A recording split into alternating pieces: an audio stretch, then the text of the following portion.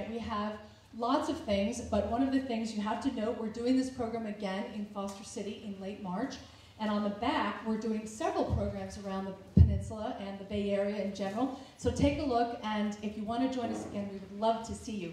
I'd like very much to thank Kevin and Ann Murphy. They have been our wine sponsor for 2 seasons, Destino Wines. Thank you so much.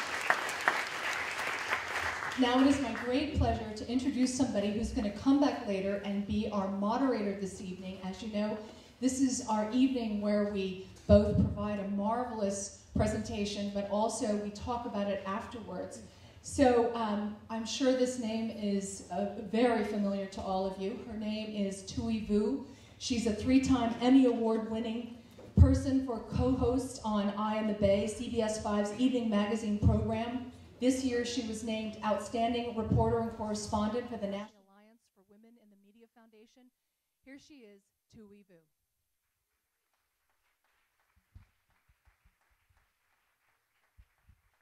Thank you so much.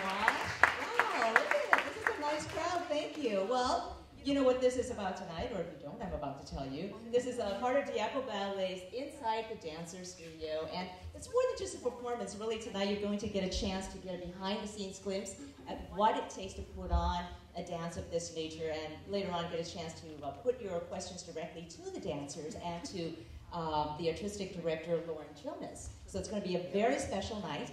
And talk about high-tech. We have people in the back tweeting tonight. So, you know, the ballet world is setting all of this a Twitter tonight. So remember, those at dance performance, do not yelp or holler as you're tweeting your enthusiastic reactions to tonight's performance. And before I go, I'm going to take a picture of you guys. Because I'm going to Facebook this. All right, everybody smile. Woo! Oh, no, no, you can do better than that. Hands up in the air, smile. Woo! You're on Facebook. All right, without further ado, Diablo Ballet's Inside the Dancer Studio. Woo!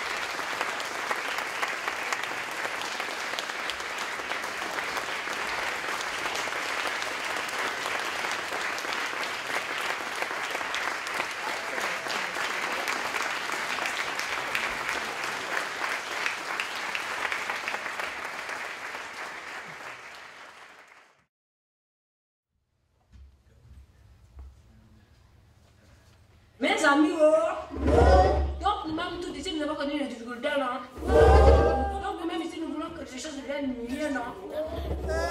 Il n'y a qu'à penser, il n'y a qu'à penser, il n'y a qu'à penser, il n'y a qu'à penser, il n'y a qu'à penser, approuve, il n'y a qu'à penser, approuve.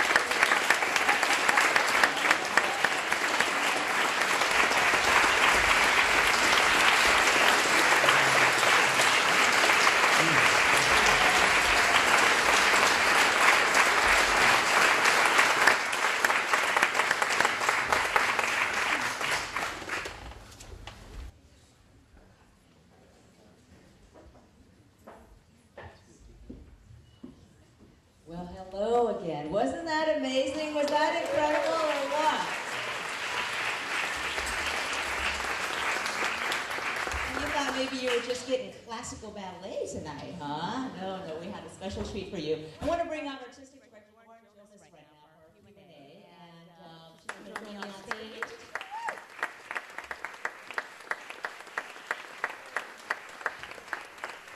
The dancers are going to come out and answer your questions as well. They're putting on their warmers right now. But since I have Lauren here, why don't I just kick it off with the first question to you? You know, all the four pieces were so different.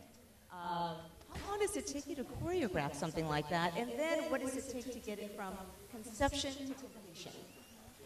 Well, two of the ballets you saw, the first and the last, were ballets in Diablo Ballet's repertoire. But the last ballet you just saw was actually created on us in 1997. And we've done it periodically, but you have a different group of dancers. So you have to go very slowly. And what I was telling Tui backstage is that we worked so hard. We worked for 3 solid weeks prior to this week, which is actually pretty fast, Monday through Friday, and we're working on 3 different programs right now. But you start very slowly, and then you break down sections, and then you're at a point where at the performance you can just really enjoy it instead of thinking count 6, turn 7, down 8. They have to constantly be thinking about it. David Finegra, who choreographed the second ballet, he did that pretty quickly. He did that in about a couple weeks. And then Mercurial Maneuvers, which we'll talk about in a minute, was set on the dancers for 2 days. They had 2 days with Joanna. And then she left, and then it was up to me to just continue to rehearse it. So you do some of this fairly fast. Wow. Okay. Are the dancers about to come out? Because if you guys are ready, come on out. We're ready for you. Let's give them another big round of applause. Woo!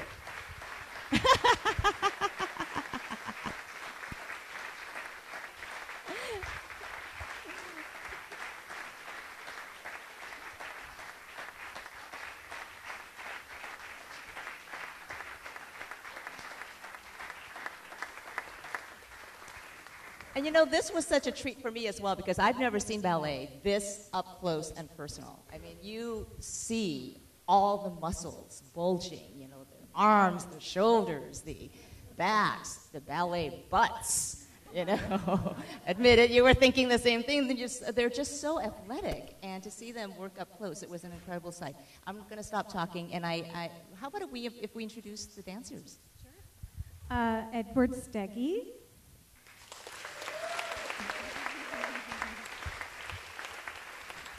Mayo Sugano.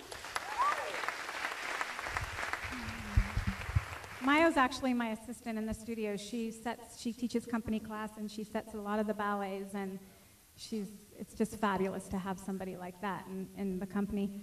Robert Deckers.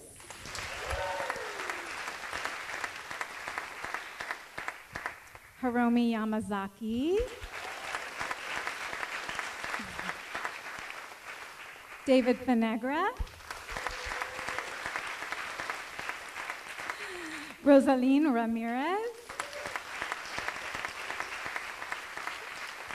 And Derek Sakakura.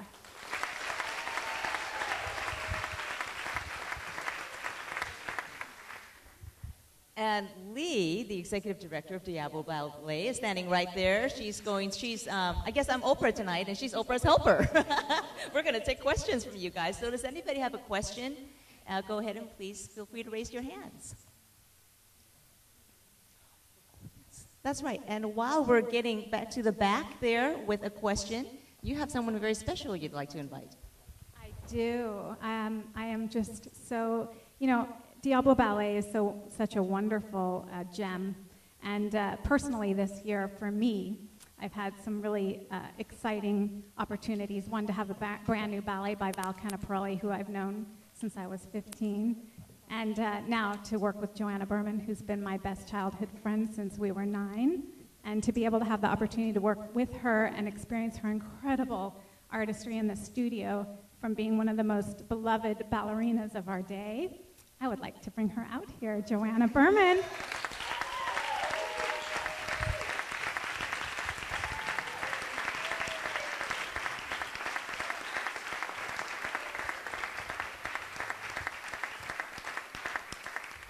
Joanna, would you like to say something? You got such a warm reception.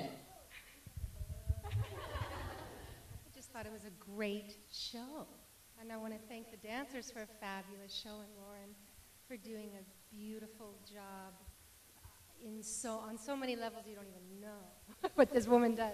So, and that's what I'd like to say, and thanks for coming out, and I think this is a jewel of a company, so I'm really glad you're here. We have our first We have person. a really big question. Hold on.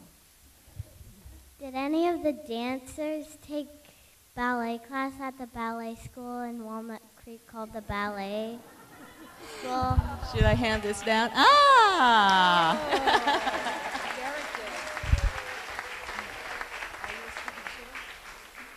I took at the ballet school when I was 9 years old, and I took from Lorraine Fender, actually, for about 5 years.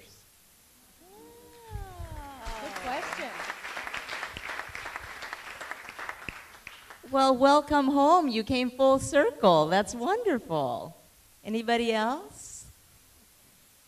Oh, we have one right here. I'd like to know how different it is for you, or if it's different for you, to be able to see your audience's faces.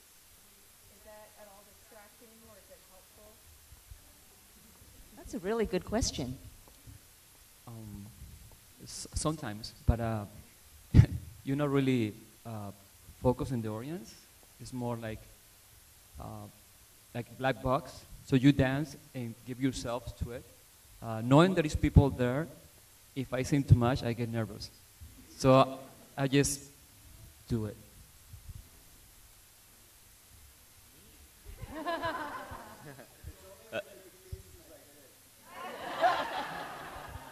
I don't know. I've performed like in huge theaters. I can still see people in the front row reading a book sometimes. So, you guys were all paying attention. I appreciate it. Thanks for watching our dance. That was nice.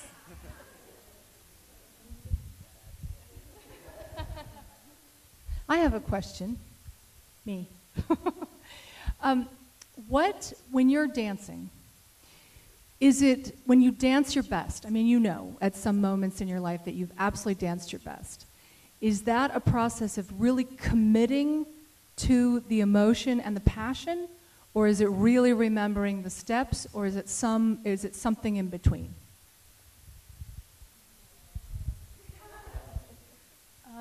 Well, ideally, it's a mix of the technique plus the emotion and the passion. But I would have to say that some of my best performances weren't technically the best. But I think it's most important that the audience can feel the love and the joy that I have, and just the honesty on stage, rather than me being totally focused on, being right exactly on the right music and being exactly perfect. So, I mean, we're all perfectionists, so by nature, dancers, so it gets tricky in that way. But would you call that absolute commitment to that emotion, Yes, or is it commitment to something else?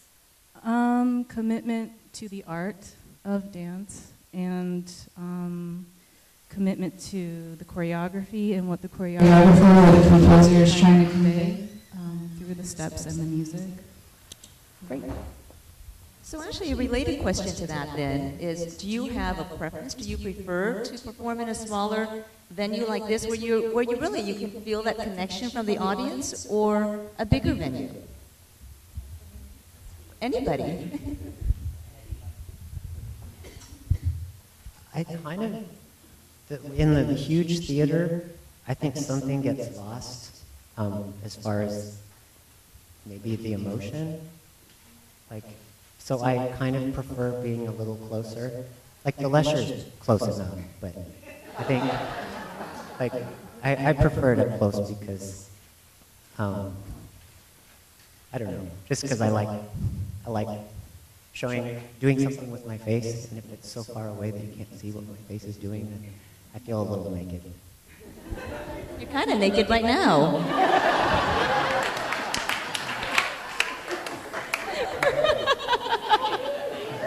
You look good, but you are kind of naked. Anybody else? Oh, we have another. Oh, right there. Question. How many of you sing? And if you do sing, would you like to dance and sing classical?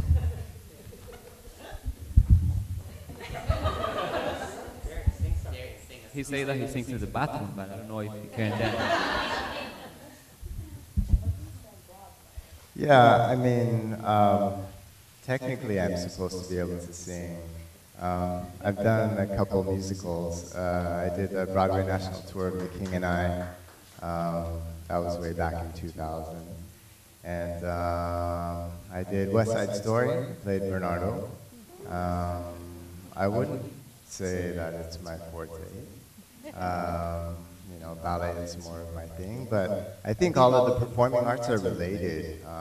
Acting, dancing, playing instruments, singing.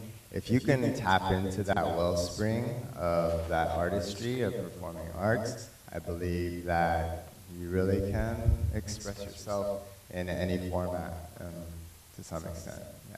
So thank you for that question. So will you sing? We're still waiting. Something from West Side Story. Go for it. Woo! Come on, let's encourage him. Woo, woo, woo, woo, woo, woo, woo. My mom's here, so I'm too embarrassed. Sing Louie Louie, Next question. To anyone, is there a point or sense of losing yourself in the dance? And is that important? Could you hear that? Is there a point at losing yourself in the dance, and is that important?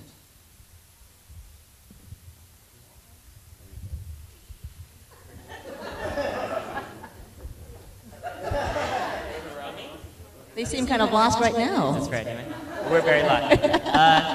Yeah, I don't know. I feel like that's like my goal is like to learn something, and then ideally like I forget about it, and then I can just go on stage and have fun. And I trust people around me, and they trust me, and so every time things are a little bit different. And if I like become too much of a perfectionist, like Romy was saying, like I think sometimes things get lost, and like what I feel today, it makes what I'm doing different than what it was yesterday, and what it will be tomorrow. So I think like Romy was saying earlier, like we all strive to be like honest, and whatever we're doing, try and show that realness that we are experiencing and share it with you, and hopefully you feel something too. Also, Robert taught me something really valuable. I've been doing this, I mean, I'm 37, I've been doing this since I was 8 years old. But this should go back to Robert, and You say it's passed on now.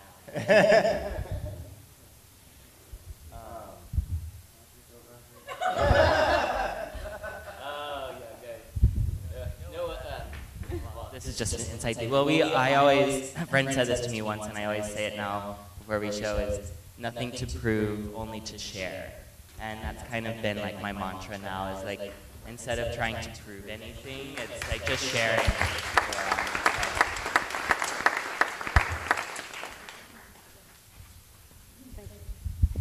Wonderful show, really enjoyed it. And great band, by the way.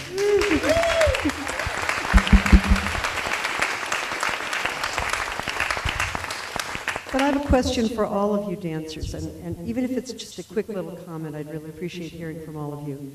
And the question is, at what point in each of your lives did you move from studying the technique, learning, and deciding that you really liked and loved dancing? When did you decide to make it your career? When did you decide to make it your life? Because it is a life. Well, for me, I think I wanted to be a dancer since I started, which was when I was 2. Because my mom was a ballet dancer as well, and she was a principal dancer in a company in Japan. And I grew up watching her, and I wanted to be like her. But as I kept going, there was one point that I kind of got satisfied with what I was doing, and then quit for about half a year. And then after that, I kind of decided, I miss dancing, and I think I should just pursue my dream of becoming a professional dancer. So I think when I was 16, that's when I first really realized I want to be a dancer, for real. Well, kind of like Mayo, I was 2 when I had my first inspiration, but it wasn't because I was dancing, it was because my mom took me to see San Francisco Ballet's Nutcracker for the first time when I was 2, and we went every year after that. And I guess when I was 2, I pointed up to the stage and said, I want to be him someday. So I don't remember that. That's what my mom told me. But I actually didn't really know what I was doing for quite a while. And then when I was 14 or 15, my teachers were saying, when you become a professional dancer, like, okay, I questioned whether I would be able to, but they started saying when you become a professional. So maybe that was the point. Once I realized it could happen, that's when I kind of decided to take it by the reins and do it.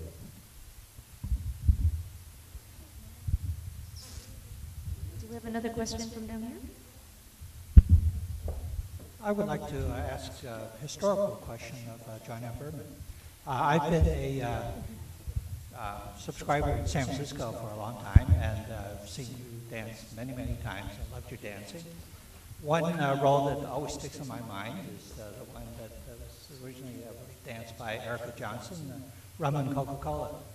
And I've always loved your dancing in that, and I've seen several interpretations later.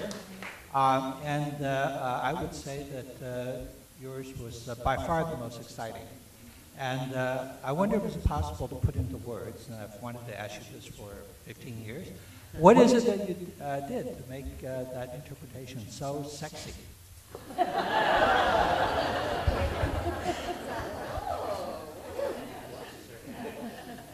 a little speechless. Thank you very much. By the way, I loved that dance. Loved performing that dance. I always loved that era, the Andrews sisters, and the music of that era, the styles of that era. So that clicked for me, I guess. But I actually saw Erica do that in Houston. And when I saw it and I knew we were going to be doing it, I thought, oh, that's the part I want. And I'm not very,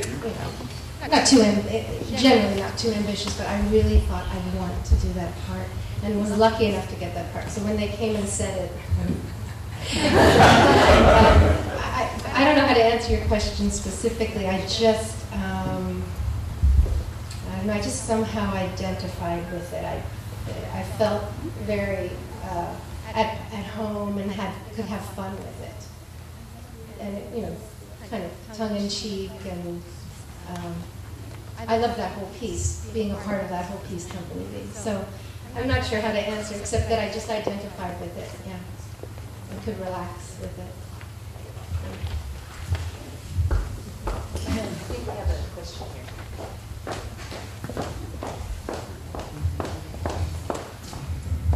Hi, I just wanted to say it was an absolutely incredible performance. I haven't been to see a play since Hair. And the thing that was so gratifying was to be able to see your facial expressions and how the facial expressions mimicked the dance movements. And all of you just captured the physicality of the movements with your facial expressions. And I don't know if you have to practice that in front of the bar while you're listening to the music and torturing yourselves for hours. But I just want to tell you that it was spectacular being able to be this close up and seeing the perfectionism and the love that you have for what you do. I think it comes from many places. We practice somewhat, but it doesn't feel real until we're in front of an audience. Even you try to practice smiling, but it's not quite there. But when you get people in front of you, then it just comes alive. So you inspire us too.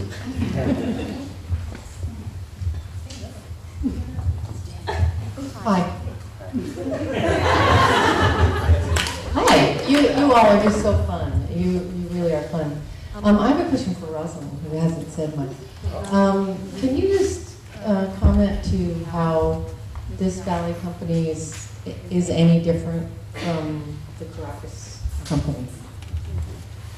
Hi everybody, thank you for coming.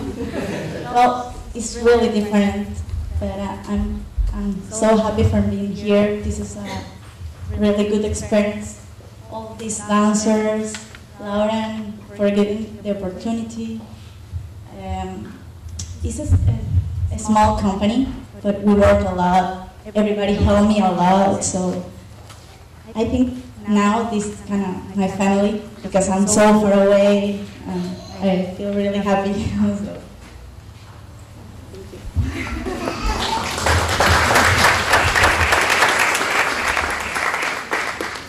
Question.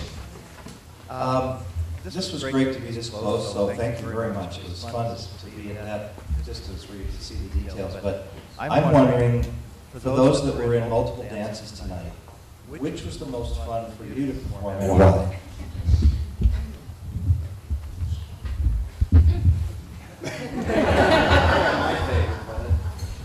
Well, my favorite, I was in the first ballet and the last ballet, and my favorite of the evening was the last ballet. Well, first of all, there's no point shoot. Number two, it's really just fun. The music is inspiring, and it's just fun ballet to do. We run around a lot. We make faces at each other. I do. Yeah, the last ballet is always fun to dance. I'm glad I got to do it again. I was going to just say, like, also, like, because I also got to learn the Christopher Wheeldon Pas de Deux that you guys saw for me and Derek did tonight. And I was thinking, like, how the last piece is so much fun, because it's just, that's the nature of the piece. But something like that, for me, was also really fun in a different way, and it was fun to have that challenge of, like, precision and focus and stuff. And so it's like, that to me was also really fun in a very different way. So it's cool to... That's what I love about Diablo. We get to do so much different stuff. So as a dancer, it's very fulfilling. I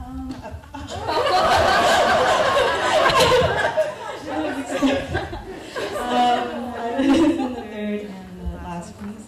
I would have to say that it's hard to choose just one, specifically just because I can always find something in every piece that I can relate to and enjoy. I think there are different elements within a dance as there are different elements within a person and an artist. So I try to find that in each piece and enjoy what it has to offer me as well as I can offer to the audience. So I enjoy both.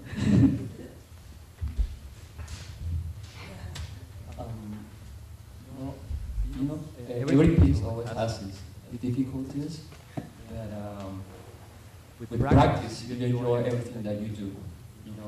The last piece also is fun, but it has a technique too. If you don't have the technique, you won't be able to execute it as the choreographer wants to. Because we have the freedom, but we have the movement. I enjoy the last piece too. And I enjoy my piece too.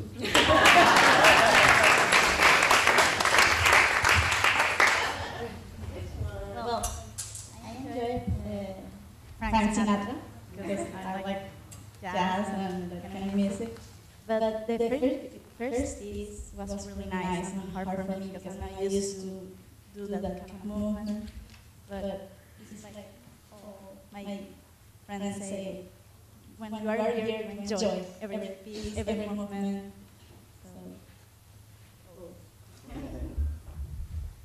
I think it's very important for the dancer to find the core of each piece. If you can't find the joy of whatever piece you're doing, then I don't think you're doing your job to your utmost potential. That being said, there's still like flavors of ice cream. It's still your favorite. It's not one that's better, but there are some that are more suited to your personality. So for me personally, Christopher Wheeldon, Pas de Deux, on so many levels, I've never done a Pas de Deux that challenging before in my life, and the music just resonated with me.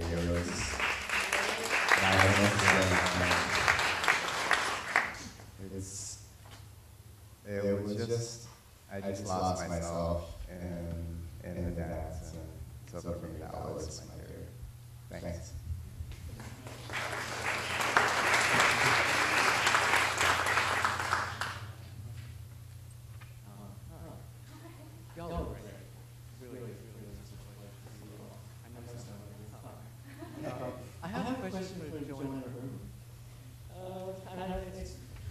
wondering, and it's about, I've seen you dance yourself to that music in the dance house.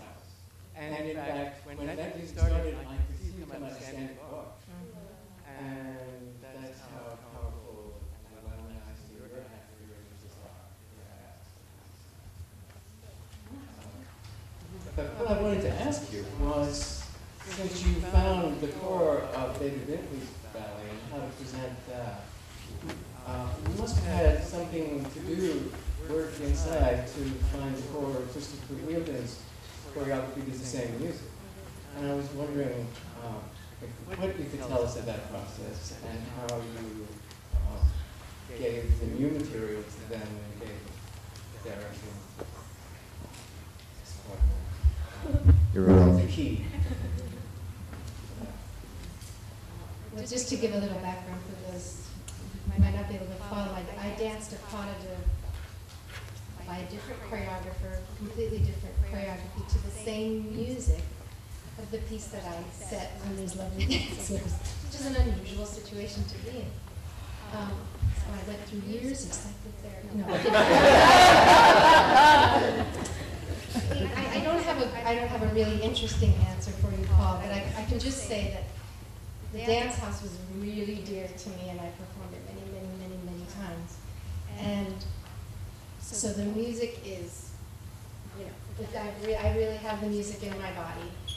So when I saw this piece by Christopher, which I think is so terribly beautiful and different, and it was its own perfect piece.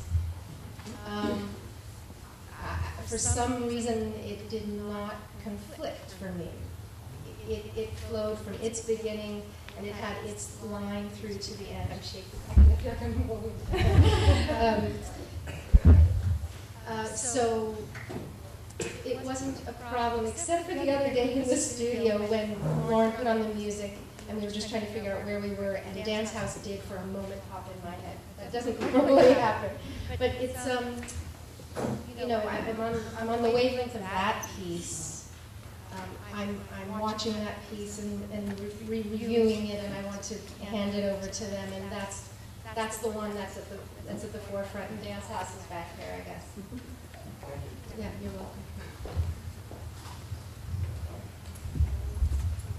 I think this has to be the last question. Thank you.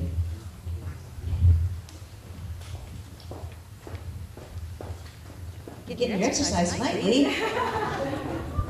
Good workout.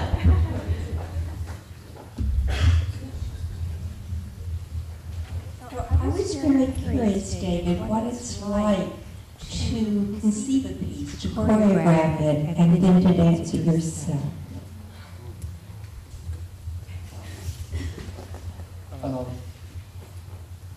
Well, I'm going to start how the idea came out. Was Greg work was Lorraine Jones come out with the idea with the music and have something different in mind. And when she asked me about this, I say, yes, I love Frank Sinatra. And I think you can, I look at myself heard of her, experimental her, I can say. And everybody does different. You know, it's easy to choreograph if you have an idea of what it is. Being the piece, like I was talking about Robert, it's hard to put yourself in it. And I was asking for help to him and Lauren, and I say, Robert, when I finish this, I want you to be there and look at it because I don't want to see myself. Paying attention to myself, and oh my God, you know, so I don't want to. And well, it happens, you know, I'm trying to give the best and find the emotions for all the dancers. When I did it for Eddie, I say to Eddie, I'm going to put the steps, but it's you.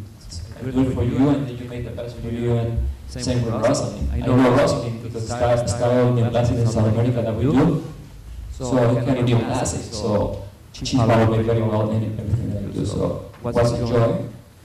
Dance and was pretty happy to have my team of dancer friends support you too. Because it's nice when you do something and the people that's next to you say, good job there.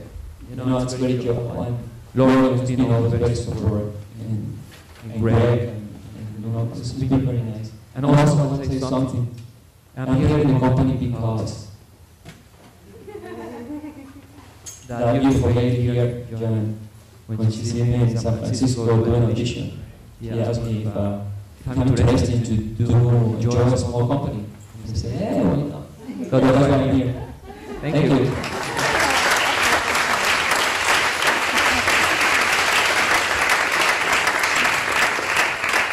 I just wanted to take a quick moment to have Greg Sudner, our wonderful musical director, introduce the musician. Thank you so much. Great to be with you. Wonderful dancing, choreography, and it's so great to be able to call on the musicians in the Bay Area that really can make the soul of the music work for the emotion of the dance. And first, would you please again give a great big welcome and round of applause for Michael Vince, our piano. Just a beautiful, beautiful rendition. And to premier in the nation, actually, premier jazz players live right here in the Bay Area, and it's Mr. Jim Nichols on guitar.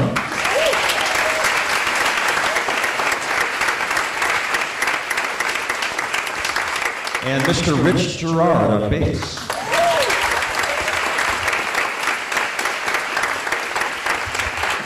So it's our pleasure to be able to support the soul and spirit of the dance, of the dancers, and with Lauren and Joanne, and it's just our pleasure to be able to support this with live music. Thank you.